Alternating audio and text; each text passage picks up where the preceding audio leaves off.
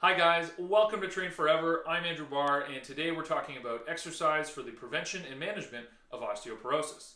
Osteoporosis is a major global health problem affecting hundreds of millions of people around the world, and exercise is a particularly effective treatment intervention.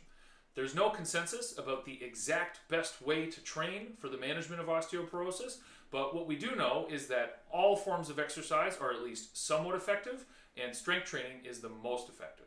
Today we're going to be looking at the exact best way or modifications we can make to strength training to make it particularly effective for the prevention and treatment of osteoporosis. Osteoporosis is caused by excess bone loss or when the body doesn't make enough bone, or both. Bone is actually very dynamic tissue, with cells constantly removing old bone cells and laying down new ones. If the processes that remove old bone cells are working faster than the processes that create new bone cells, the result is a gradual loss of bone mass, which results in weakness and, most importantly, increased risk of fracture. Osteoporosis is more common in women than men, with an estimated 200 million women affected worldwide.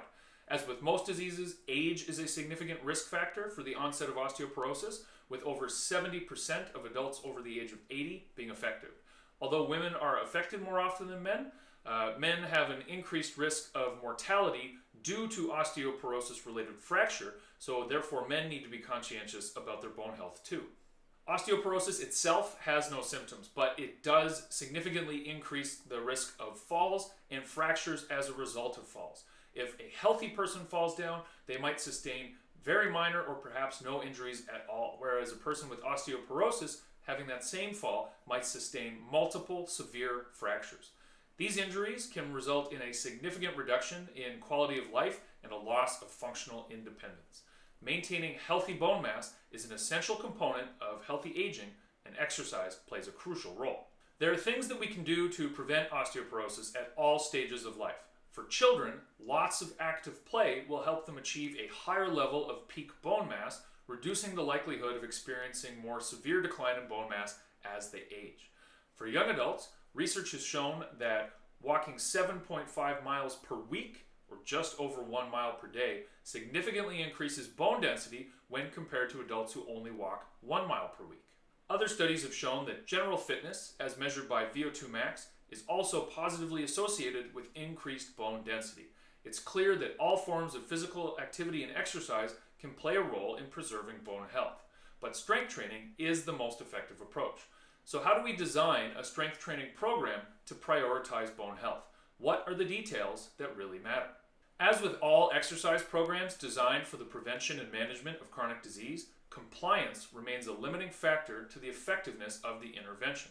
Exercise is a wonder drug, but it only works if you do it and keep doing it. Keeping things simple and straightforward is essential. If you're finding this content useful and informative, go ahead and hit that like button and make sure you subscribe so you never miss another training tip. I'll be putting out a new video each week to help you get the most out of your training sessions. Thanks so much. I really appreciate your support. The exact frequency, intensity, and duration of an exercise intervention targeting osteoporosis has not been established. When this happens, we can extrapolate based on what we know about good training principles and also established practices for other chronic conditions as well. 2 to 3 30-minute, moderately intense sessions per week would be enough to achieve a clinically relevant effect with respect to bone health and also allow the person participating in the program to capitalize on some of the other benefits of strength training too.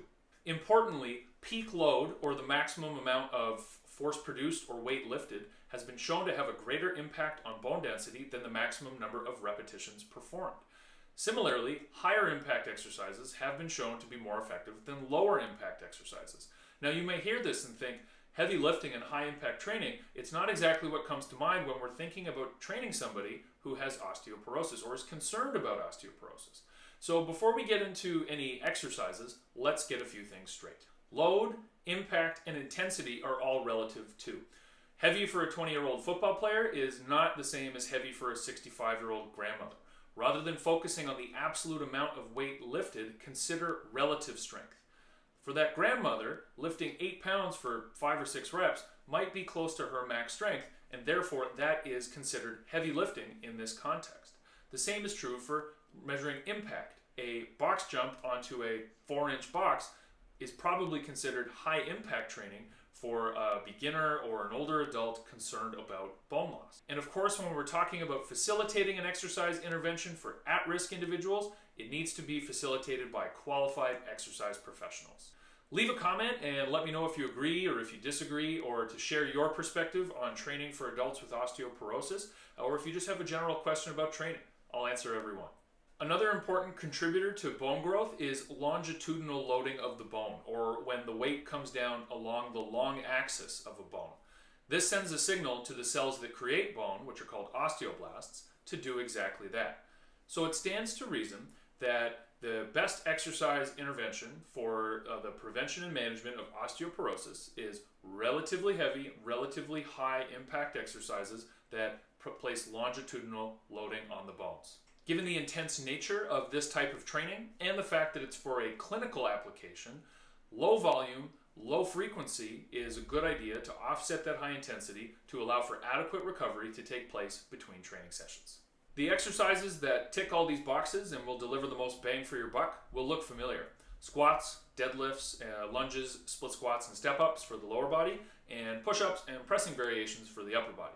I would add a row in there too. Even though it doesn't tick the box of longitudinal loading, I do think it's important to include in a otherwise balanced strength training routine.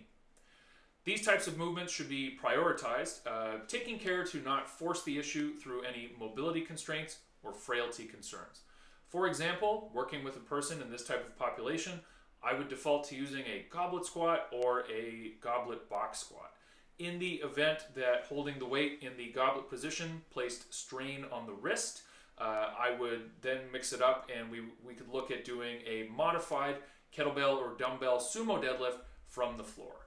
Since the weight is being pulled off the floor, it's therefore technically a deadlift, but in terms of the movement and the longitudinal loading and the resulting effect on bone density, the effect would be quite similar.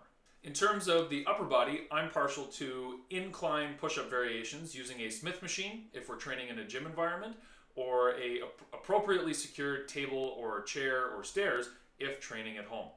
There's no reason to avoid dumbbell or even barbell pressing, but push-ups have that added advantage of helping develop free movement of the shoulder blade, and teaching core bracing, and also helping a person learn to control their own body. However, over a long period of time, I would absolutely look to include both push-ups and pressing variations. An overhead press would be an extremely effective exercise for developing bone mass in the upper body, but many older adults have a rounded upper back or kyphotic posture that results in a lack of end-range shoulder flexion, making these exercises contraindicated. For these people, I like to use a landmine press, as this gives us that longitudinal loading effect without requiring that end-range shoulder flexion that so many people are lacking. A standard barbell can often be too heavy for new lifters, particularly working with an older population. So in these instances, I like to use a protocol where we use 2 arms to push the weight up and 1 arm to lower it down. As always, care must be taken to adapt the exercise program to the needs of the individual performing it. And this is where a qualified exercise professional can help.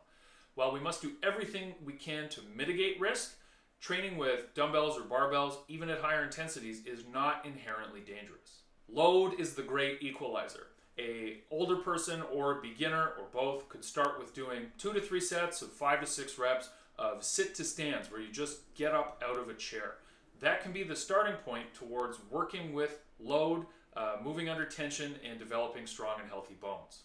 From my own experience, I've coached multiple senior women from being true beginners to being able to deadlift 100 pounds or more for multiple reps.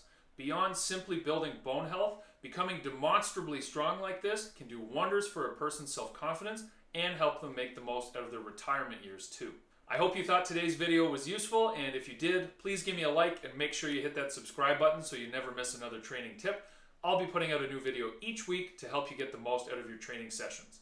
If you head to the description, you can find my free guide to building core strength and my 12-week program specifically for beginners, and you can find information about my online coaching too. Thanks so much for watching. We'll see you next week.